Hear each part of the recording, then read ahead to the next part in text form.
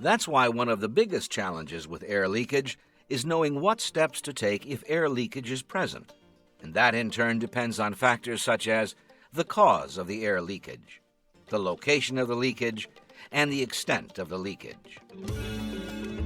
To better understand recommended ways to handle air leakage, we'll look at why air leakage can occur, how to test for air leakage, possible consequences of air leaks, how to pinpoint the location of the leakage, how to assess the scope of the air leakage, and suggestions that can help you get the most out of your air brake system. We'll assume you're already familiar with the operating basics of a typical dual-circuit air brake system. Our point here is that whether you look at the charging system, the primary or secondary service systems, or the parking system or other accessories, there's the possibility that you may find some air escaping from hoses, fittings, valves, brake chambers, and even major components like the compressor or a supply reservoir. It's already been suggested that some air leakage is acceptable by industry standards, but some causes of air leaks may call for further investigation or action.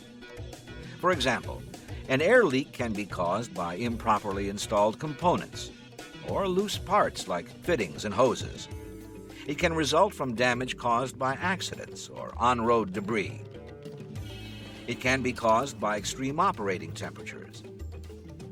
It can also simply be that system components and devices have worn out and reached the end of their service life.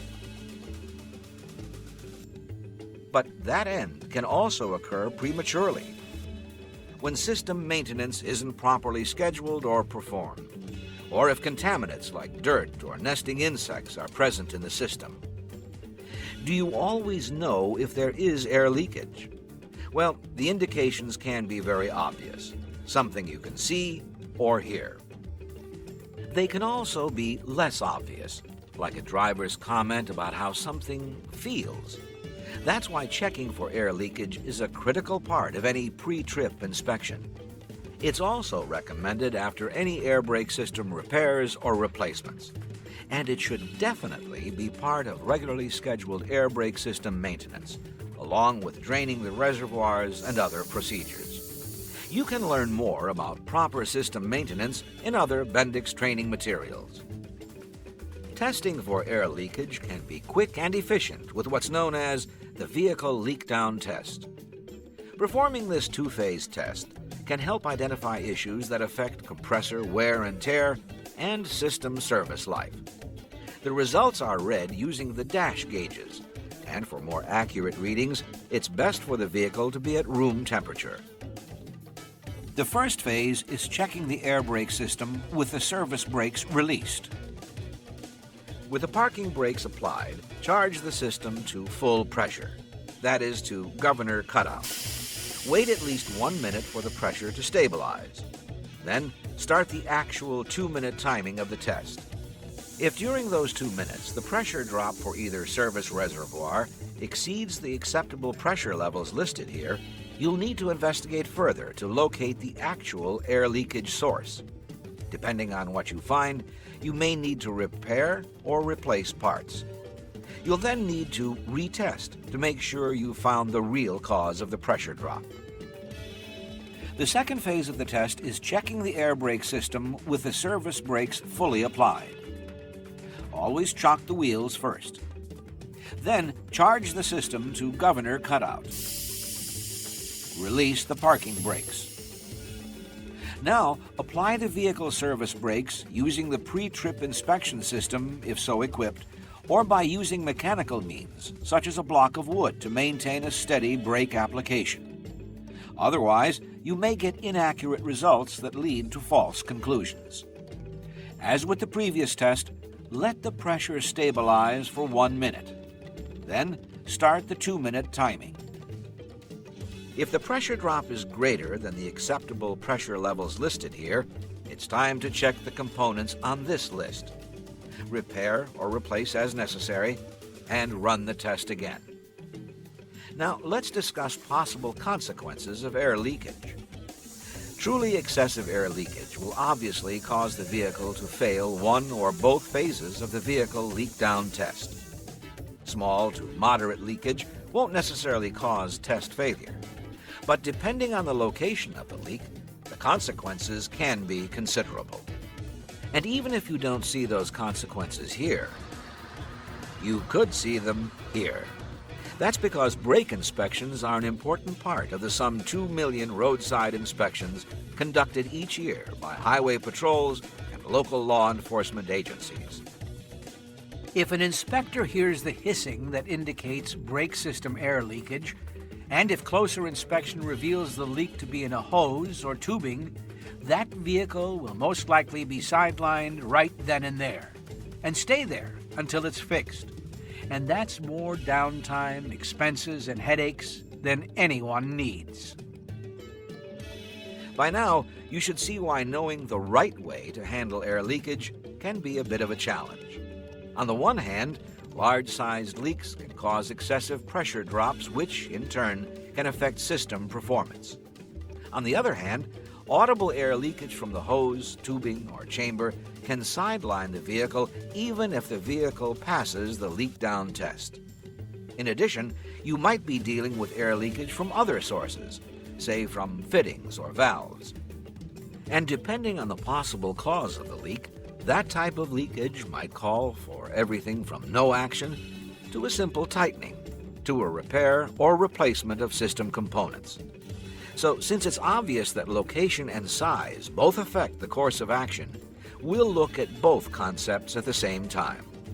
The good news is you probably already have the recommended real-world tools for both. And whether you use a mechanic's stethoscope, or a hose to pinpoint an audible leak, or a soap spray solution to find the source visually, you also need to know whether the leak you may find requires immediate corrective action. We'll start with some basic rules of thumb. First, if it's loose, tighten it. If it's obviously cracked, broken, or misinstalled, repair or replace it. Repair or replace leaking tubing or hoses. Inspect braided steel Teflon air hoses using a soap solution, as leaks or cracks in these lines are hard to see or hear. And if you're unsure about something, always refer to the service data sheets and vehicle service manual. To see how the rate of air leakage might affect your course of action, we'll use the controlled environment of the Bendix Engineering Lab and an instrument called a flow meter, which we'll use to measure air leakage in standard cubic centimeters per minute, or SCCMs. Let's consider how much air a Bendix 2-flow 550 compressor can produce. At idle, the compressor has an output of 3 standard cubic feet per minute. Translated into cubic centimeters, that's 85,000 SCCMs. Now, a soap spray solution can reveal air leakage as small as 3 SCCMs. But as you can see, that's all of about 0.003% of our compressor's idling output. Now, here's what air leakage looks like around 100 SCCMs, which, by the way, is well within the specs for valves in service. Whether an air leak of this size would call for further action might depend on the cause and/or the location, but it's definitely too small to cause leak-down test failure on its own. You'd still have to look for the primary leakage source. Now, here's some over-the-top leakage around 500 SCCMs. That's a quantity that could possibly cause leak-down test failure. And as you can see, the force of the escaping air blows the soap into larger bubbles, and the leak is now audible. There's one more visual indicator of possible air leakage: the presence of excessive oil on or dripping from the air valve exhaust ports. Some oil staining there is considered normal, since a functioning air compressor always passes a small amount of oil vapor, much of which is then removed by the air dryer. But excessive oil can mean troubles in the upstream portion of the air brake system. At the very least, it's a sign that system maintenance is overdue and needs to be done. Failure to do so can void the valve warranty. When checking for leaks, be sure to include the vehicle's brake chambers and spring brake chambers. check with a soap solution, and remember that minor leaks may be repaired simply by tightening the nut and bolt at the service diaphragm up to the torque spec published in the service data sheet. For Bendix brake actuators, leakage below 100 SCCM is acceptable. If you encounter a brake chamber that is leaking above 100 SCCM from around the service clamp band, replace the diaphragm and clean all parts. Leakage from the spring side of a spring brake chamber should be addressed by replacing the piggyback. Bendix piggyback replacement kits also include a new diaphragm, service clamp band, and hardware. Remember that air leaks add up to high-duty cycles for your air compressor, and that can lead to premature compressor wear and tear.